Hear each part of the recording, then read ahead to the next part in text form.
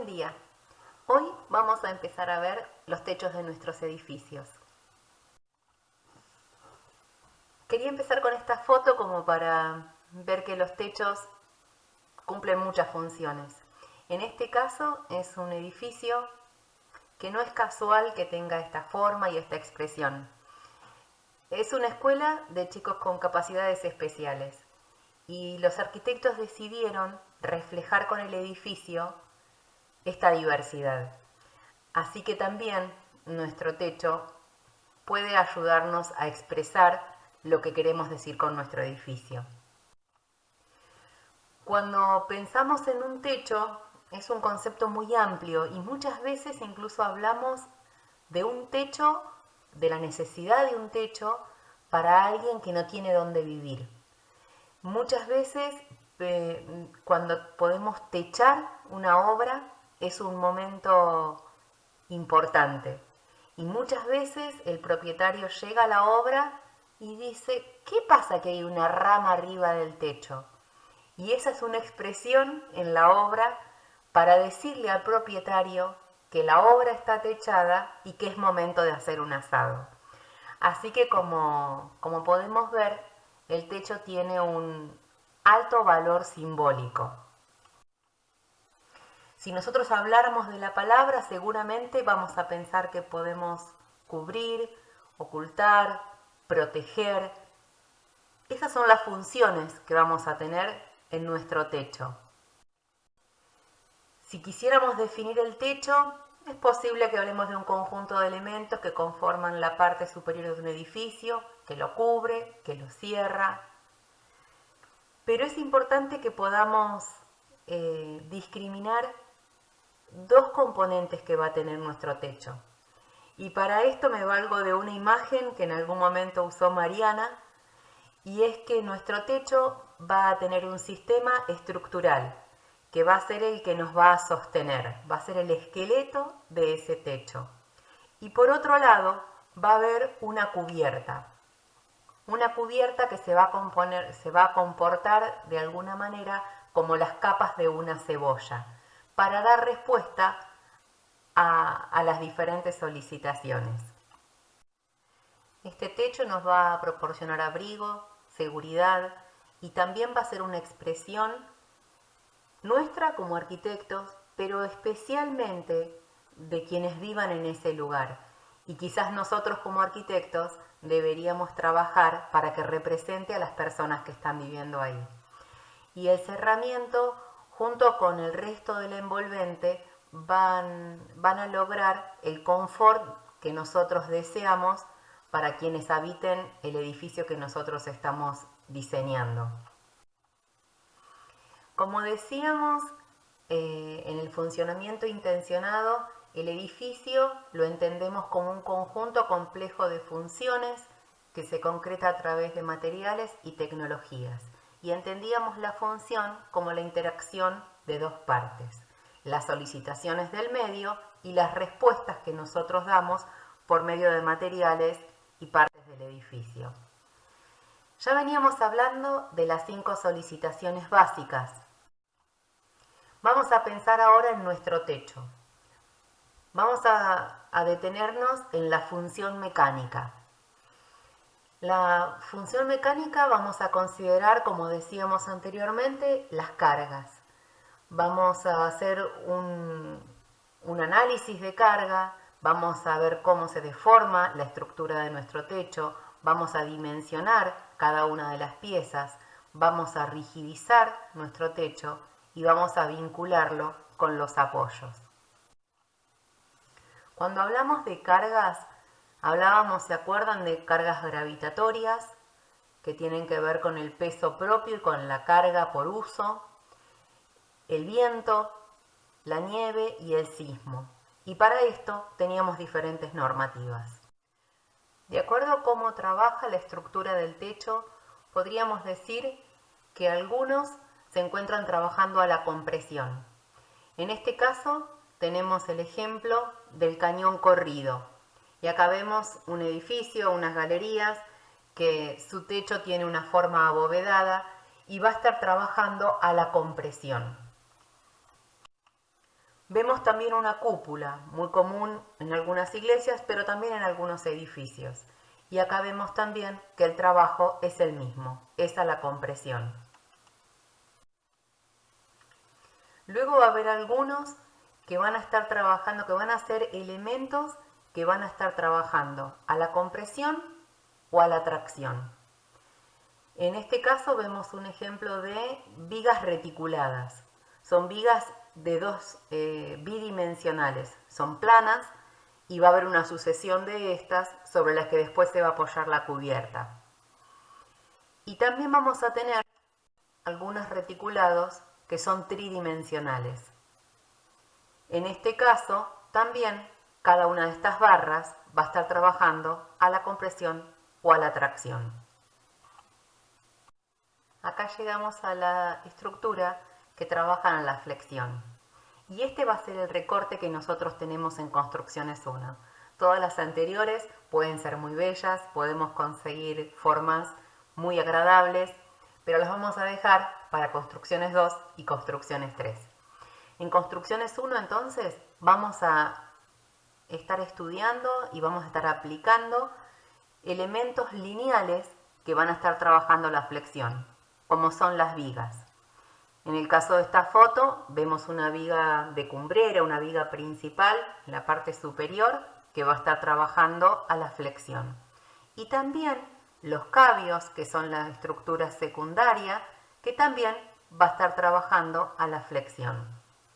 Pero no solamente vamos a ver elementos lineales, también vamos a ver flexión que es superficial. Y esto es cuando trabajamos con losas. Si bien se pueden trabajar con losas que en todo el espesor están trabajando superficialmente y distribuyendo las cargas, nosotros vamos a trabajar con losas realizadas con viguetas pretensadas, que al momento inicial de colocar las viguetas van a ser elementos lineales que trabajan a la flexión. Pero una vez que completemos nuestro trabajo y la losa esté completa, el trabajo va a ser superficial. Vamos a ver un ejemplo de techo inclinado con estructura de cabios. Acá podemos diferenciar algunos elementos principales como la viga que se ve en la parte más alta del techo. Esa viga se va a llamar viga cumbrera. Y luego sobre esta viga van a estar apoyando algunos cabios, que son elementos por lo general de menor porte y que van a estar en este caso apoyando en esa viga cumbrera y luego en la mampostería de la vivienda. Y van a tener una separación que más adelante vamos a ver más o menos de cuánto estamos hablando. Acá tenemos un ejemplo también de techo inclinado con estructura de cabios. En este caso vemos que el arquitecto lo que hizo fue trabajar diferentes materiales y combinarlos. En este caso las vigas principales son vigas de hierro, son vigas doble T, y los cabios son de madera. En el corte podemos ver el apoyo inferior entonces que está sobre una mampostería revestida en piedra. Luego tenemos nuestro perfil doble T y va a estar apoyando nuestros cabios. Y en la parte más alta vamos a tener también, en este caso vemos que no vamos a estar apoyando sobre una pared, sino que va a haber una carpintería, que esa carpintería tiene algunos postes que son estructurales, y vemos una columnita también cilíndrica que va a estar dando apoyo a esa viga. Así que bueno, acá podemos llegar a ver algunos elementos que claramente están trabajando a la flexión. El techo fue diseñado a un agua y sobresale de todo el perímetro de la vivienda a modo de alero. Como podemos ver en la foto, vamos a tener estos aleros que van a funcionar como protección solar, de lluvia, en cuanto al envolvente y al interior de la vivienda también. Podemos ver en la foto de la izquierda que también vamos a tener algunas interferencias en el techo. En este caso hay un elemento de calefacción, una ventilación que va a estar atravesando la cubierta que nosotros hemos generado. Esto tendríamos que prestar especial atención para que el funcionamiento hidrófugo sea el correcto y no se dañen ninguno de los elementos que nosotros vamos a tener en estas capas de cebolla, como decíamos. Y por supuesto que no pueda ingresar el agua a la vivienda. Así que seguramente ese sería un punto que acá deberíamos tener cuidado. La foto de la izquierda también nos plantea algunas dudas. Acá vemos que la cabeza de los cabios, de alguno de los cabios y las primeras tablas del machimbre presentan algunas manchas y un proceso de putrefacción.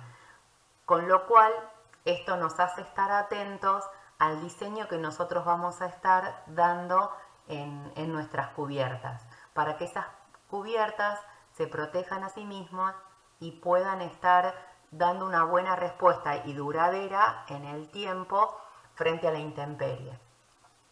Vemos acá un interior donde claramente se pueden leer, por un lado, la viga principal de hierro, sobre esa viga apoyados los cabios, con una separación que va a rondar por lo general en los 60 centímetros. Luego vamos a tener nuestro machimbre o tablado y seguramente hacia arriba vamos a seguir completando la cubierta. Pero en este caso lo que nos interesa mostrar es que se decidió ver la estructura.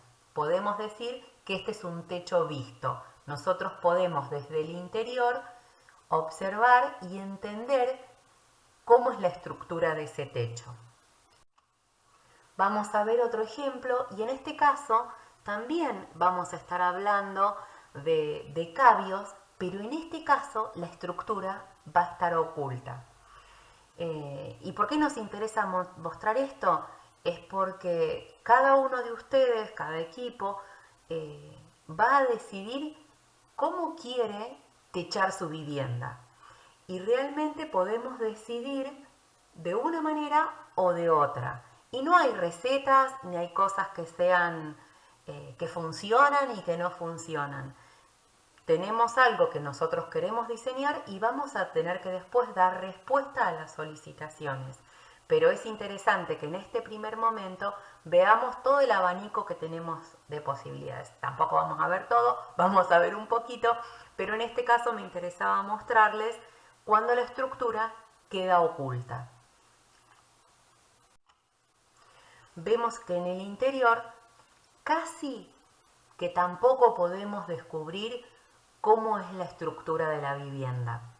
Sí podemos ver algunas columnas, algunas vigas principales y tenemos una inclinación que sí la vamos a estar leyendo. Pero seguramente en este techo se trabajó de tal manera que se colocaron los cabios del techo, se colocó el machimbre por encima y cada una de las capas hasta completar la cubierta y luego desde abajo se colocó también un machimbre de terminación. En este caso nosotros no estamos viendo la estructura, pero tenemos la seguridad de que esa estructura está ahí. Podemos ver también algunas cosas interesantes como lo que presenta en la cocina, que en ese techo inclinado, con esa estructura que no está a la vista, aprovechó la separación seguramente de esos cabios y entre cabios situó unas lucarnas, unos aventanamientos en el techo que proporcionan muchísima luminosidad en ese espacio. Y acá podemos ver que lo que estábamos suponiendo es así. No sé si se va a alcanzar a leer mucho, pero sí nosotros podemos llegar acá a distinguir que tenemos una cercha, la nombra acá, de madera de pino seca. En realidad estamos hablando de los mismos cabios que estábamos hablando hoy. En este caso vamos a estar viendo este corte que se corresponde con la fachada que estamos viendo acá, que no tenemos alero, que empieza a unificarse el techo inclinado con el cerramiento vertical. Esta vivienda del otro lateral sí presenta un alero. Así que acá seguramente esto tiene que ver con una intencionalidad también. Y de un lado le interesaba colocar el alero, seguramente por el asoleamiento, por cómo se encuentra ubicada esta vivienda y los momentos en que el verano puede llegar a ser incómodo dentro de la vivienda el reflejo del sol y el ingreso directo del sol. Así que de un lado colocan alero y del otro no. Vemos ahora otra vivienda más. En esta lo único que nos interesaba señalar era que también podemos llegar a trabajar los faldones. Cuando hablamos de faldones son estos planos inclinados, que estos faldones no necesariamente tienen una cumbrera, un lugar central más alto, sino que nosotros podemos llegar a trabajar de manera invertida y estos faldones llegan a converger en ese centro, a unir las aguas. Seguramente vamos a tener que trabajar un elemento pluvial de recolección del agua y luego vamos a tener que canalizar ese agua hasta salir fuera de nuestra vivienda. Pero este es el caso que podemos ver como también tenemos una secuencia de cabios apoyados sobre vigas principales y en este caso muy especial que tiene que ver con un clima que no es el nuestro, vemos que hay espacios que son muy abiertos, muy vidriados, que están pensados en que estén abiertos la mayor parte del tiempo y el techo no va a tener tantas capas. No va a ser como esa cebolla que veíamos al principio. Simplemente está la estructura y están las piezas de la cubierta que son piezas cerámicas. Y no va a haber otras capas más. Van a ser estos unos espacios casi semicubiertos durante la mayor parte del tiempo. Pero estamos en un clima tropical en Brasil. Así que estamos hablando de cosas diferentes. Ahora bien, nosotros acá tenemos otro ejemplo que sigue con la misma lógica, donde hay vigas principales y vigas secundarias, pero acá los arquitectos se han inclinado por otra materialidad. No están trabajando en madera, sino directamente en perfilería, perfiles de hierro. Algo interesante antes de irnos de esta diapositiva es que acá había una intencionalidad de marcar la volumetría de la casa. Podemos ver que prácticamente leemos un cubo. Si bien vamos a estar leyendo la inclinación de ese techo, todo el techo, la cubierta, se va a encontrar desde afuera oculta. Y va a haber unas pequeñas cargas que van a estar apenitas más elevadas que esa cubierta y que van a hacer que nosotros desde el exterior no podamos verla. En ese caso, este techo inclinado, que también es a un agua, va a llegar hasta la cara más baja, ahí va a estar recolectando el agua y también va a tener que canalizarla y llevarla fuera de la vivienda. En estos casos hay que tener especial cuidado en el diseño que se hace de estas canaletas, porque son canaletas que están en el interior, ¿sí? Decimos que son canaletas internas. Si nosotros no hacemos un buen diseño de esas canaletas, es posible que por la acumulación de hojas o por lluvias muy importantes, esa canaleta rebalse y tendríamos el problema adentro de nuestra vivienda. Acá vemos otro ejemplo, volvemos a la madera, pero acá quería mostrar una lógica que es un poquito distinta. En este caso no hay, mejor dicho, sí, hay vigas principales y luego no hay cabios, sino que hay otras vigas que van a estar a una separación mayor de la que veníamos hablando de unos 60 centímetros, y que van a estar salvadas esas luces entre estas vigas secundarias por medio de correas. Las correas van a ser también elementos lineales que van a estar corriendo perpendiculares entonces a las vigas que van a estar marcando la pendiente del techo, ¿sí? Así que bueno, esta es otra manera de armar los techos.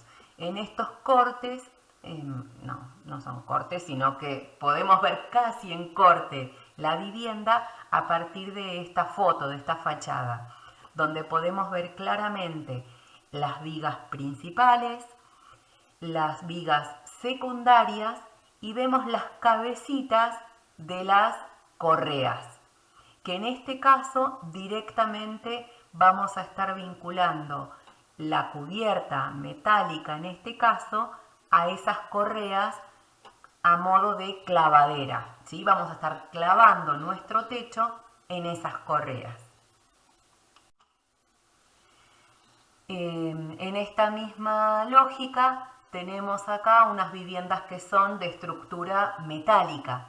Acá también vamos a ver cómo hay unos arcos que están compuestos por estas columnas y por unas vigas que van a estar salvando toda la luz, y luego perpendicular a estas van a estar unas correas, si trabajadas nuevamente, aproximadamente 60 centímetros. En este caso los arquitectos también eligieron no ver desde afuera ese techo y lo están ocultando claramente por unas cargas. Esas cargas son parte del mismo muro de cerramiento vertical que se eleva un poquitito más arriba del punto más alto del techo y lo esconde por completo. Acá volvemos al tema de que tenemos que resolver muy bien las canaletas internas que estamos generando. Pasamos ahora a los techos planos, y para esto vamos a estar trabajando en hormigón. Si nosotros empezamos a ver ejemplos, podríamos llegar a ver luces muy importantes, algunos casetonados, algunas plasticidades que el hormigón nos permite. Pero nosotros en Construcciones 1 no vamos a estar trabajando con hormigón y encofrado tradicional, sino que vamos a estar trabajando con viguetas pretensadas y sí, luego hormigón arriba. ¿Qué va a pasar con eso y por qué lo aclaro? Vamos a tener algunas limitaciones. Vamos a tener que tener cuidado en las luces que estamos cubriendo y vamos a tener que tener cuidado también de no generar apoyos puntuales sobre estas vigas. Es decir, si nosotros vamos a tener un tanque de reserva de agua sobre una cubierta plana, vamos a tener que generar un apoyo que lleve la carga del techo hasta la fundación. No vamos a descargar el peso de ese tanque sobre la cubierta plana.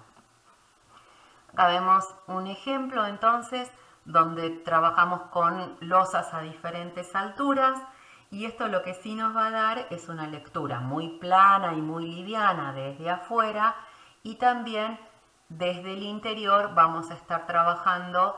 Podríamos tener también una losa vista o podemos tenerla con un cielo raso que puede ser aplicado o suspendido, como en este caso, y trabajar también todo lo que es la electricidad y la iluminación en relación a esa losa. Acá vemos otro ejemplo. Esta es una vivienda entre medianeras y vemos cómo se estuvo entonces trabajando por medio de algunas vigas que nos van a estar salvando las luces que sean muy importantes, para que siempre las viguetas puedan estar apoyando en la mampostería en lo posible, y en los casos que sea inevitable recurrir a una viga, podríamos hacerlo. En el caso de las losas es más fácil poder expresar volúmenes más puros. En esta, algo que me interesaba mostrar era que cuando nosotros estamos trabajando con viguetas, una dificultad que tenemos por cómo funciona la vigueta es que no podemos lograr grandes voladizos. En este caso, los arquitectos lo que decidieron fue que en la planta alta querían generar un voladizo. Y lo que hicieron acá fue trabajar directamente una viga que sostiene ese semicubierto y luego esa viga va a estar descargando sobre unas columnas. También acá podemos llegar a ver un desagüe. Nuestras losas vamos a estar generando una carga que va a estar rodeando toda nuestra losa. Vamos a estar conduciendo el agua hasta ciertos puntos de nuestro interés y luego lo vamos a canalizar para llevarlo fuera de la vivienda, como es el caso de este que estamos viendo, esta bajada que está llegando hasta la parte de frente de la vivienda. Ahora bien, vamos a ver un poquito con qué elementos contamos, cuál es la materialidad que nosotros tenemos. Y para eso tenemos que pensar los elementos que tenemos de fácil acceso en el mercado. En el caso de la madera, en nuestra ciudad es la más utilizada para techos inclinados. Como especies madereras, quizás sean más las que podamos encontrar, pero como cátedra, nuestra postura es que nosotros usemos para nuestros techos y para otros elementos de la vivienda madera de bosque implantado. Hemos hecho muchos desastres los argentinos con los bosques nativos, así que lo que pensamos con nuestra construcción, lo que queremos lograr es no seguir abonando a seguir sacando del bosque nativo. Y para esto tenemos muy buena madera de pino heliotis y de eucalipto salinea. Las medidas comerciales en las que podemos encontrar las maderas son secciones de 2x4, de 2x6, de 2x8, de 2x10 y hay algunas también de 3x8, de 3x12 y los largos en los que vamos a encontrar se miden por pie, por eso vienen en unas medidas que son bastante raras, que son cada 30 centímetros y medio, módulos de ese pie, y los largos máximos a los que podemos llegar aproximadamente son los 4,88. Podemos llegar a encontrar algunas piezas más largas, pero son difíciles de conseguir y por lo general bastante más costosas. Cuando estamos hablando de secciones que excedan a estos que decimos que son fáciles de conseguir en el mercado o largos mayores a estos 4,88, vamos a tener que pensar en madera laminada encolada. Esto es madera que está compuesta por trozos de madera encolada. Ahí sí podemos llegar a tener mayores secciones y mayores largos. El predimensionado que nosotros vamos a hacer de la madera aproximadamente es de la luz sobre 20. Y la separación que vamos a trabajar entre cabios es como máximo de 60 centímetros. Esta separación cada 60 no es caprichosa. Tiene que ver con lo que vamos a estar colocando arriba de los cabios. Y va a ser un machimbre, un tablado o unas placas. Estos elementos son elementos de poco espesor y por lo tanto si nosotros separáramos más de 60 centímetros estaríamos requiriendo que esas tablas fueran más gruesas para poder cubrir esa luz de más de 60 centímetros. Y este elemento que decíamos que ponemos por arriba, en la mayoría de los casos va a estar rigidizando, es decir, vinculando todos los cabios y haciendo que trabajen hermanadamente. Cuando pensamos en lo metálico, lo que tenemos son dos grandes grupos. Por un lado, los que están conformados en caliente, los que se forman por extrusión. Los más usados son los T, los U o los L. Por lo general vamos a estar encontrándolos en el mercado nombrándolos por la sección y la altura. Por ejemplo, perfil normal T número 12. El largo de estos perfiles por lo general es de 12 metros. En algunas marcas podemos encontrar de 6. Y el dimensionamiento en este caso va a ser la luz sobre 40. Y si los usamos como estructura secundaria, también vamos a tener que ponerlos cada 60 por lo mismo que decíamos recién. Luego la otra gran familia es de los conformados en frío. Estos son hechos con chapa doblada. Los más usados son los C y los U. Y también hay tubos.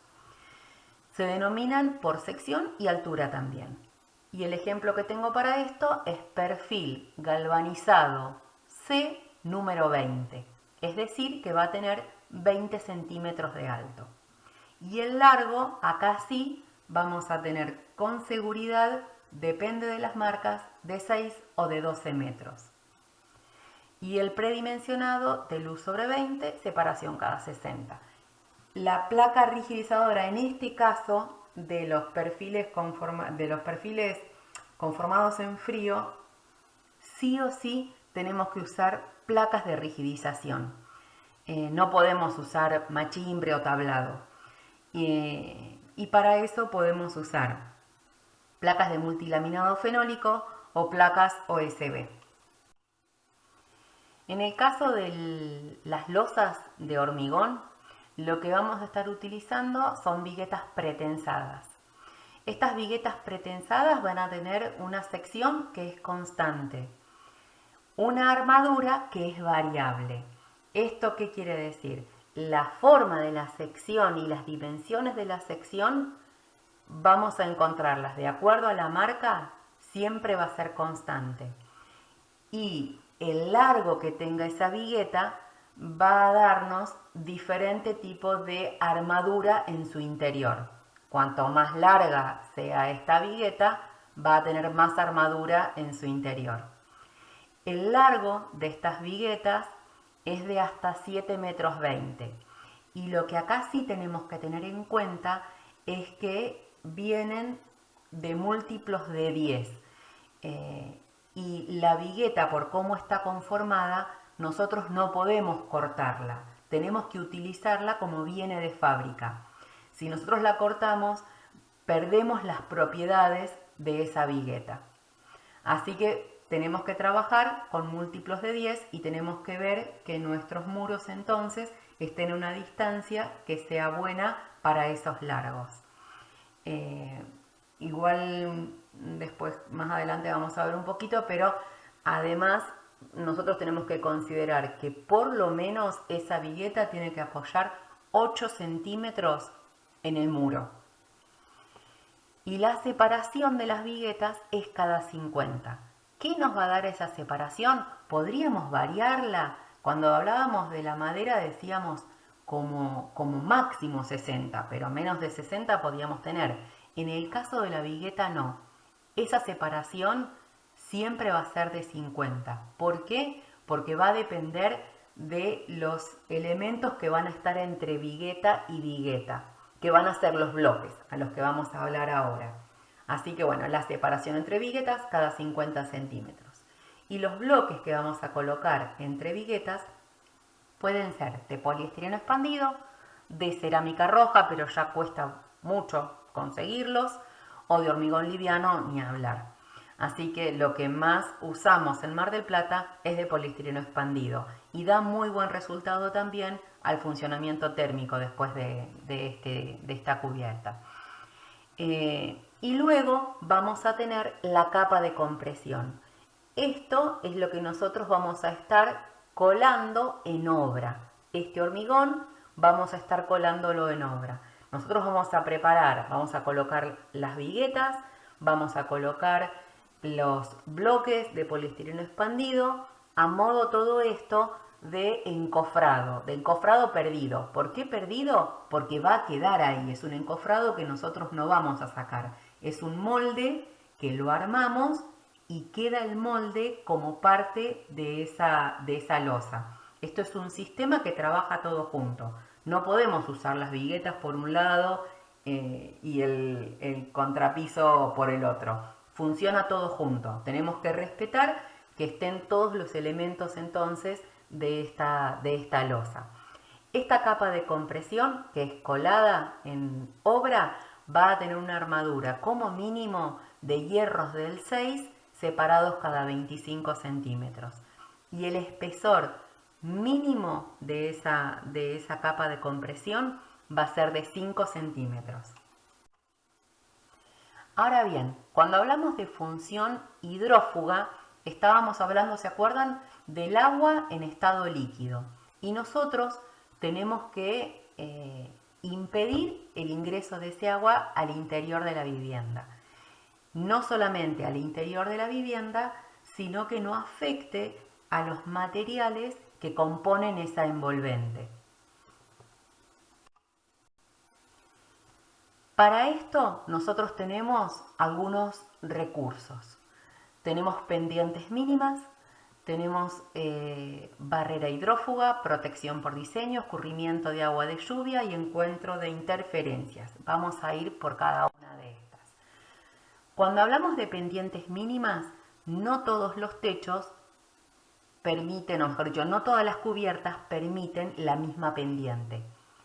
Si nosotros estamos trabajando con tejuelas, como las que vemos grisecitas a la izquierda, tenemos que tener pendientes como mínimo del 70%.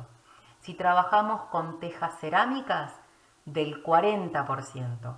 Y si trabajamos con chapas metálicas, el mínimo es un 11%. Y en las cubiertas planas, la pendiente también tiene que estar. Es mínima, pero tiene que estar. Y tiene que ser como mínimo entonces de un 2%. En todos estos casos, lo que nosotros tenemos que permitir es el escurrimiento rápido del agua. Y depende de cómo sean los elementos de esa cubierta, van a ser entonces estos porcentajes.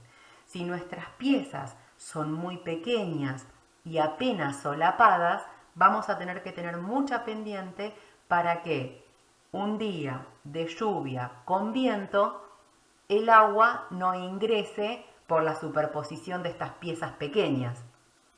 Cuanto más grandes son las piezas, podemos llegar a tener menores pendientes.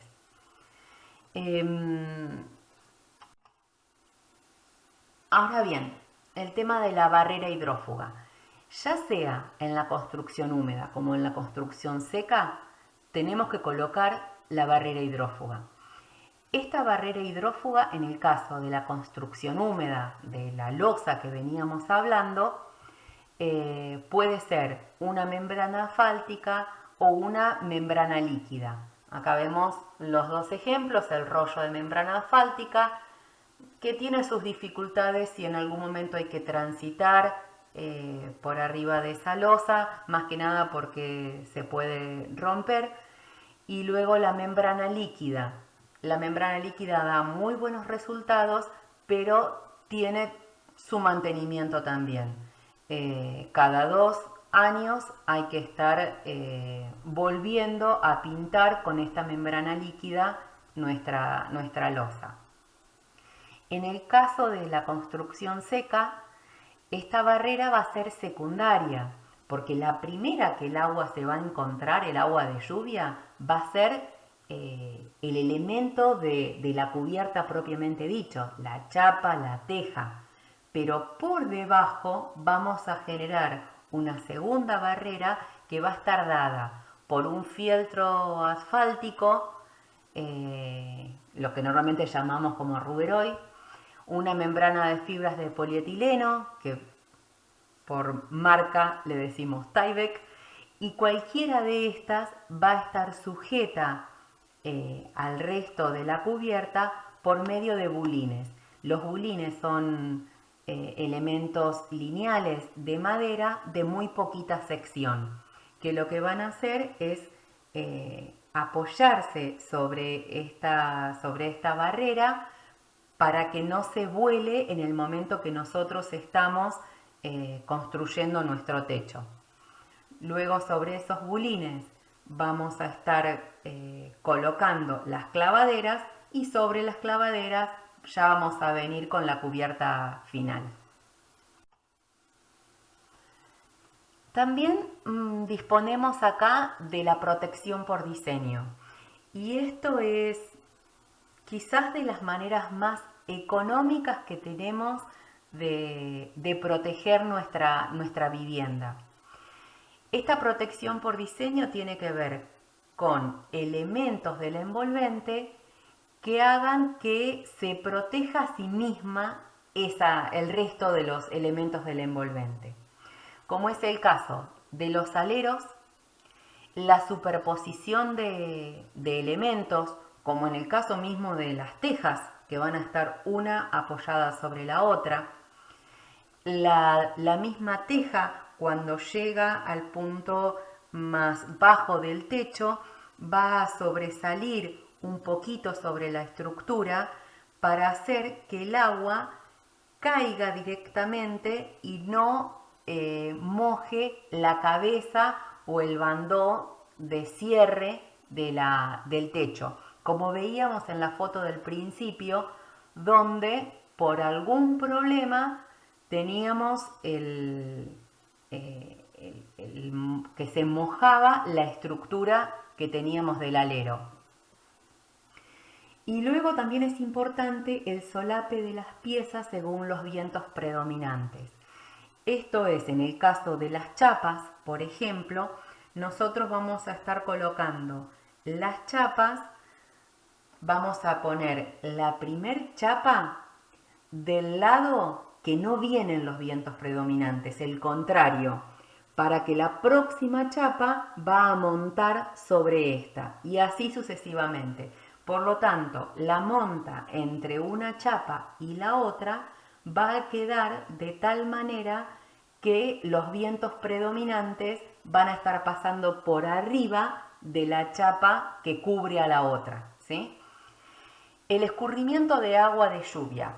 Acá tenemos dos caminos. Nosotros podemos tener libre escurrimiento, es decir, que el agua va a estar simplemente recorriendo el techo y cayendo fuera de la vivienda. O podemos canalizarlo. En este caso, las canaletas también pueden ser como remate de un alero, solamente que no va a caer esa cortina de agua, sino que va a recorrer la cubierta, va a llegar a esta canaleta, esa canaleta va a tener una bajada y podríamos también hasta canalizar desde esa bajada hasta el cordón cuneta de la calle. Y ni hablar que acá no tenemos opción de que si nosotros estamos teniendo un techo oculto, sí o sí vamos a tener que canalizar nuestra agua de lluvia. Como veíamos en algunos de los ejemplos, hay veces que nosotros no queremos que el techo se vea desde afuera de la vivienda. En ese caso va a haber una canaleta interna y sí o sí vamos a tener que llevar el agua afuera de nuestra vivienda. Otro punto importante que tenemos que tener en cuenta, que ahora simplemente los nombramos, pero después en las comisiones seguramente vamos a tener muchas consultas sobre esto, es cómo tratamos el apoyo del tanque de reserva de agua, cómo vamos a estar saliendo con nuestras ventilaciones, cómo van a ser los embudos de desagüe pluvial, cómo se van a encontrar los faldones de nuestro techo, y cómo va a ser el encuentro que nosotros tenemos con los muros, ya sea que nuestro techo sobresalga y tengamos un alero o que nuestro techo apoye en el muro y el muro se eleve un poco más que el techo formando una carga. Bien, todo esto son muchísimas las combinaciones que tenemos, pero tenemos que tener en cuenta que en estos encuentros tenemos que poner especial cuidado para no tener en esos lugares una pérdida de respuesta a las solicitaciones básicas que tanto hemos cuidado en el resto del envolvente. En cuanto a aislación acústica, no vamos a profundizar mucho, pero como parte del envolvente, recordemos que tenemos que, por un lado, aislar el ruido exterior y absorber los ruidos del interior. Esto ya lo habíamos visto en una clase anterior y veíamos de lo que era confortable. Y vemos cómo se comportan también las ondas sonoras y cuáles son las que nos van a estar afectando. En el caso de los techos, son las mismas que en el resto del envolvente. Por ubicación, quizás las ondas van a estar afectándolo un poquito distinto, pero siempre vamos a tener que tener en cuenta la aislación que va a proveer ese techo y la absorción en el interior que a nosotros nos interesa para que tengamos una buena calidad de sonido interior. Para estos casos, nosotros tenemos que la cubierta pesada, la que nosotros vamos a estar trabajando como losas, la aislación va a estar dada por masa. Pero en el caso de las cubiertas livianas, tenemos que considerar que la aislación va a estar dada por ese juego de masa-resorte-masa, donde vamos a tener diferentes capas que van a estar absorbiendo de alguna manera y no permitiendo que el sonido pase del exterior al interior. Y por otro lado, en el interior tenemos algunos materiales que nos pueden llegar a ayudar en la absorción si tuviéramos demasiada reverberación en los ambientes. En el caso seguramente de cómo es la terminación a ese techo que nosotros estamos dando, va a ser también qué tanto va a estar reflejando el sonido o no. Si nosotros estamos teniendo una cubierta un techo de madera visto, como en uno de los ejemplos que veíamos al principio, seguramente ese techo va a estar absorbiendo mucho más los sonidos del interior que si estamos trabajando una losa vista, ¿sí? Así que bueno, tenemos que ver entonces cuál es la cara interior que vamos a estar trabajando para poder ver si la absorción del techo es suficiente con el resto del envolvente o si tenemos que recurrir a alguna de estas planchas que son absorbentes. Como habíamos dicho, acá solamente lo que voy a decir es seguir juntando público para la charla que vamos a tener más adelante sobre cálculo de aislación acústica y de reverberación.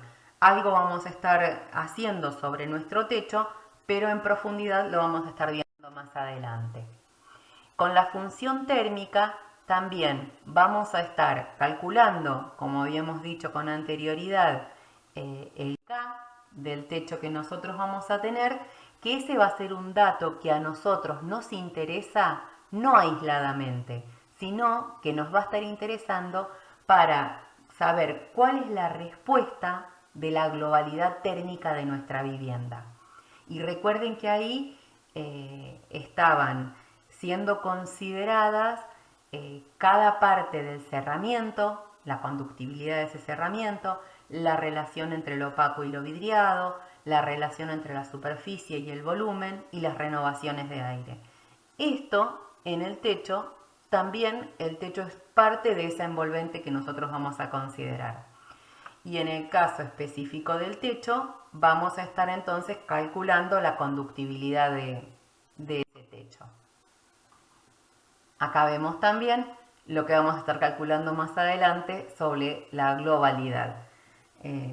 Pero bien, seguramente Gaby va a poder aportar muchísimo sobre este tema unas clases más adelante. Y como función higrotérmica, en el caso general de la vivienda, siempre hablamos de la ventilación de locales, en el caso de los techos como del resto del envolvente, ajustarnos a la tramitancia térmica que es admisible para nuestra zona bioclimática y cuidar el tema de si tenemos riesgo de condensación. En el caso de tener un riesgo de condensación, vamos a colocar la barrera de vapor. En el caso de no tener ese riesgo de condensación, podríamos dejar sin colocar esa barrera de vapor. Para esto también hemos trabajado con cuantificaciones. Ahora bien, en cuanto a representación, y esto bien cortito, tiene que ver con un poco lo que vamos a empezar a trabajar en las comisiones.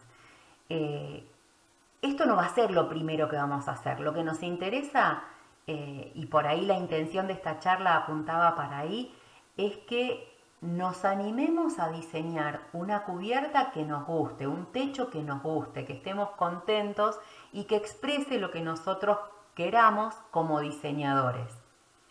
A partir de ahí la vamos a tener que empezar a desarmar un poco para entender cómo es y cómo se hace ese techo. En este caso pusimos un ejemplo de una vivienda y sobre esa vivienda se diseñó el techo. En la parte de los dormitorios se trabajó con un techo a 2 aguas y en la parte del dormitorio principal un techo a 1 agua. Y podemos ver acá que se trabajó un plano de estructura del techo. Y vemos marcado, primeramente, qué nos interesa que también lo veamos juntos como para poder analizar estructuralmente cómo funciona este techo. En línea punteada naranja podemos observar el apoyo de este techo, es decir, la mampostería a la que nosotros vamos a estar anclando el techo. Luego vamos a tener la viga principal, que es la viga cumbrera, marcada acá con violeta. Luego vamos a tener vigas principales también, pero que van a ser terciales, que van a estar repartiendo la luz de los cabios. Y son las que acá estamos viendo en celeste. Y luego vamos a tener los cabios, que están marcados en grisado. ¿Y qué cotas son las que empezamos a ver acá? Empezamos a ver los largos de las piezas, los apoyos, las luces que tenemos entre apoyos y las separaciones que tenemos entre los diferentes elementos. Bien, eso es lo que tenemos en cuanto a dimensiones. Y vemos que después hay algunos textitos que no alcanzamos a leerlos acá, pero que van a estar indicando qué tipo de especie maderera estamos usando y en qué sección. ¿Esto cuándo lo vamos a saber? Cuando predimensionemos. Tenemos que nosotros ver cuáles son entonces esas luces para saber qué sección es la que tenemos que adoptar. Y esto se complementa con el corte constructivo. Nosotros todavía no nos hemos metido de lleno con esto, pero sí cada parte del envolvente que vamos viendo, empezamos a ver cómo sería el corte constructivo de eso. ¿Qué hace el corte constructivo? Es representar cómo es nuestro diseño, cómo es el techo en este caso que nosotros estamos pensando. ¿Y por qué lo pongo acá? Porque no está desvinculado de lo anterior. Lo anterior es más bien esquemático. Esto es lo constructivo y vamos a tener que trabajarlo medio junto. Vamos a ir representando, por un lado, el esquema estructural y por otro lado, el diseño constructivo. Y junto con eso también vamos a pensar las 3 dimensiones de esto. Vamos a estar pensando cómo se van a comportar los diferentes elementos, cómo van a estar colocadas las vigas principales, ya sean cumbreras o terciales, cómo van a estar apoyándose los cabios, cómo va a estar colocándose el machimbre, cómo van a estar la aislación hidrófuga, los bulines, la aislación térmica, las clavaderas, el elemento de cubierta, todo eso son las capas de esta cebolla que decíamos al principio. Y nosotros tenemos que pensar en todos estos elementos a la vez, ya sea entonces desde lo más esquemático a lo más constructivo, a lo más tecnológico, a cómo voy a construirlo también. Y lo mismo, si estamos hablando de una cubierta plana, también es importante que nosotros dejemos en claro cuáles son los muros sobre los que vamos a estar apoyándonos, cuáles son las viguetas que vamos a tener en el largo comercial que podemos conseguir, la separación entre esas viguetas de acuerdo a los bloques que estamos usando. Acá vemos en rojito que podríamos hasta contar los bloques que se estuvieron colocando. Y podríamos marcar también cuál es el perímetro de esa losa que nosotros vamos a estar generando también en obra, ese contrapiso, esa capa de compresión, ¿sí? Y bien, también vamos a tener que pensarlo desde el diseño constructivo. Esto que yo estoy mostrando son ejemplos de compañeros de ustedes de años anteriores.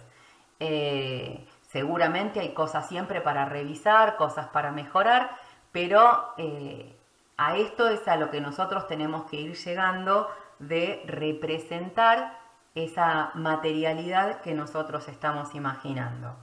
Y de la misma manera también tenemos que seguir pensando en 3 dimensiones. Esto sea en la secuencia que los materiales que vamos a estar poniendo, en este caso la vigueta, los bloques, la malla, el colado de la capa de compresión, luego un contrapiso que en este caso se ve alivianado, luego la membrana, lo que va a estar funcionando como barrera hidrófuga. Y acá vemos un ejemplo también de cómo esto luego se va a reflejar en la realidad, en nuestra maqueta uno en uno. Pero bueno, todo esto último quería decirlo aunque sea rapidito, porque quizás hoy no vamos a poder avanzar hasta ahí. Pero está bueno que ya desde el primer momento que imaginemos nuestra cubierta, de nuestro techo, ya sepamos que a donde vamos a terminar es en la obra.